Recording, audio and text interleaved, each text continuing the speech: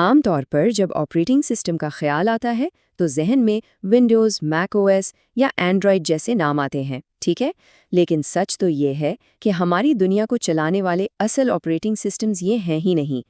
ہماری زندگی کی ہر چیز، بڑے بڑے مشن سے لے کر روزمرہ کی چھوٹی چھوٹی ڈیوائسز تک، کچھ ایسے گمنام مگر بہت طاقتور دماغوں پر چلتی ہے جو بالکل پس پردہ کام کرتے ہیں۔ تو چلیے آج انہی پوشیدہ آپریٹنگ سسٹمز کی دنیا کو کھوجتے ہیں۔ تو ذرا سوچئے، ایک طرف ایک میزائل سسٹم ہے، دوسری طرف فیس بک جیسا ایک بہت بڑا سوشل نیٹ ورک، اور پھر کچن میں رکھا ایک عام سا مائکرو ویو۔ ان تینوں میں بھلا کیا چیز ایک جیسی ہو سکتی ہے؟ یہ بظاہر تو بالکل الگ چیزیں ہیں، لیکن ان سب کو ایک ہی خفیہ ٹیکنالوجی آپس میں جوڑتی ہے۔ اور جواب ہے خاص آپریٹنگ سسٹمز۔ جی ہاں، یہ وہ پوشیدہ دماغ ہیں جو ہر ڈیوائس کو صرف ایک مخصوص کام میں ماہر بنا دیتے ہیں۔ یہ ہمارے عام آپریٹنگ سسٹمز کی طرح نہیں ہے جو ہر کام کرتے ہیں، نہیں، یہ اپنے اپنے شعبے کے اسپیشلسٹ ہیں۔ تو سب سے پہلے بات کرتے ہیں ان سسٹمز کی جہاں وقت لٹرلی سب کچھ ہے، مطلب یہاں ایک ملی سیکنڈ کی تاخیر بھی بہت بڑی ناکامی کا سبب بن سکتی ہے۔ ان کا نام ہے ریئل ٹائم آپریٹنگ سسٹم یا مختصراً RTOS۔ ان سسٹمز کے لیے صرف صحیح جواب دینا کافی نہیں ہوتا، بلکہ صحیح وقت پر جواب دینا سب سے ضروری ہے۔ یہاں تاخیر کا سیدھا سیدھا مطلب ہے مشن فیل۔ اور یہ بھی بڑی دلچسپ بات ہے کہ RTOS کی بھی وہ قسمیں ہیں۔ ایک ہے ہارڈ ریئل ٹائم، جہاں تاخیر کی زیرو گنجائش ہے، جیسے کوئی میسائل سسٹم۔ ایک سیکنڈ کی بھی دیر کا مطلب ہدف کا چھوٹ جانا ہے۔ اور دوسری طرف ہے سافٹ ریئل ٹائم، جہاں تھوڑی بہت تاخیر مطلب چل جاتی ہے، جیسے لائیو سٹریمنگ دیکھتے ہوئے اگر ویڈیو کچھ سیکنڈز کے بفر سے چلے تو کوئی بڑا مسئلہ نہیں ہوتا۔ اچھا، اب ایک قدم آگے چلتے ہیں اور بات کرتے ہیں ایک بالکل الگ قسم کے سسٹم کی، ایک ایسا نظام جو بہت بڑے یعنی عالمی پیمانے پر کام کرتا ہے۔ اسے کہتے ہیں ڈسٹریبیوٹڈ آپریٹنگ سسٹم۔ اور اس کا کمال پتہ ہے کیا ہے؟ یہ دنیا بھر میں پھیلے ہوئے ہزاروں کمپیوٹرز کو آپس میں اس طرح جوڑتا ہے کہ استعمال کرنے والے کو وہ سب ایک ہی متحدہ سسٹم کے طور پر نظر آتے ہیں۔ تو سوال یہ ہے کہ آخر یہ کام کرتا کیسے ہے؟ دیکھیے، کمپیوٹرز پوری دنیا میں پھیلے ہوتے ہیں اور ایک نیٹ ورک کے ذریعے جڑے ہوتے ہیں۔ انہیں لوزلی کپلڈ کہا جاتا ہے، جس کا مطلب ہے کہ ہر کمپیوٹر ایک آزاد یونٹ ہے، اس کی اپنی میموری ہے، اپنا پروسیسر ہے۔ اس کو ایک ٹیم کی طرح سمجھیں، جہاں ہر کھلاڑی اپنا کام خود کرتا ہے، لیکن سب مل کر ایک ہی مقصد کے لیے کھیل رہے ہوتے ہیں۔ گوگل اور فیس بک جیسی بڑی سروسز بالکل اسی اصول پر چلتی ہیں۔ ٹھیک ہے، اب ایک اور کانسیپٹ دیکھتے ہیں جو پچھلے والے سے ملتا جلتا تو ہے، لیکن کافی الگ بھی ہے۔ یہاں بہت سے کمپیوٹرز کو ملا کر ایک ہی جگہ پر بے پناہ طاقت پیدا کی جاتی ہے۔ اسے کہتے ہیں کلسٹرڈ آپریٹنگ سسٹم۔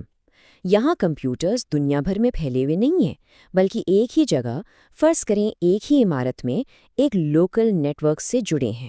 مقصد یہ کہ ان سب کی طاقت کو ملا کر ایک ورچوئل سپر کمپیوٹر بنا دیا جائے جو انتہائی مشکل کام بھی آسانی سے کر سکے۔ اور اس کا فائدہ کتنا بڑا ہے؟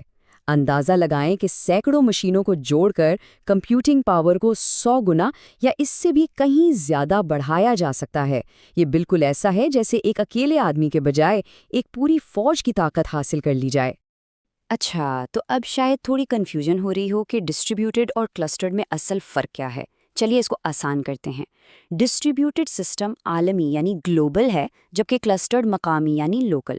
ڈسٹریبیوٹڈ لوزلی کپلڈ ہے، مطلب آزاد یونٹس، جبکہ کلسٹرڈ ٹائٹلی کپلڈ ہے، یعنی تمام کمپیوٹرز بہت گہرائی سے جڑے ہوتے ہیں۔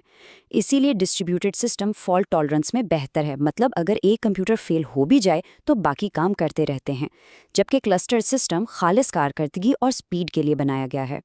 اب آتے ہیں اس خاص او ایس کی طرف جس سے ہم سب کا روزمرہ کی زندگی میں سب سے زیادہ واسطہ پڑتا ہے، اکثر یہ جانے بغیر کہ یہ وہاں موجود بھی ہے۔